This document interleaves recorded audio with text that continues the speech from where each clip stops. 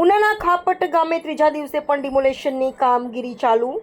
ગ્રામ પંચાયત દ્વારા દબાણકારોને આપવામાં આવેલી નોટિસોમાં મુખ્ય દબાણકારોને નોટિસ કેમ મળી નથી, મોટો પ્રશ્ન.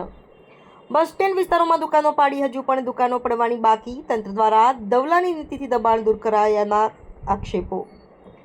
600 વીઘાથી વધારે ગૌચરની જમીન ખુલ્લી કરવાના ગેરકાયદેસર દબાણ કરેલ નોટિસ ન મળવાને કારણે બાકી.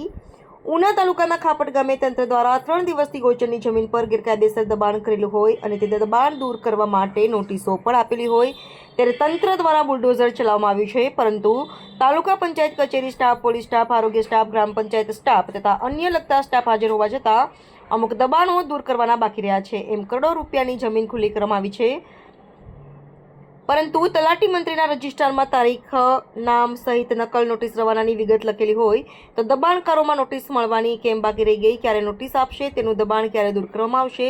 તે મોટો પ્રશ્ન. હવે જોવાનું એ રહ્યું કે તંત્ર આંખે સેડ છે કે પછી બાકીનું દબાણ દૂર કરશે.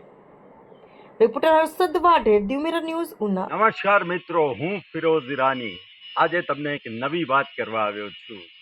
દીવ મિરર ન્યૂઝ જોતા રહો, સબસ્ક્રાઇબ કરવાનું ભૂલતા નહીં અને શેર કરવાનું પણ ભૂલતા નહીં. સત્યની સાથે જોડાતા રહો. નમસ્તે મિત્રો, હું છું ચાંદની પરમાર. આપની મનપસંદ ચેનલ એટલે કે દીવ મિરર ન્યૂઝ ચેનલને લાઈક કરો, શેર કરો અને ફોલો કરો. અને હા, તેમાં દરરોજ તાજા સમાચાર જોવાનું ભૂલશો નહીં.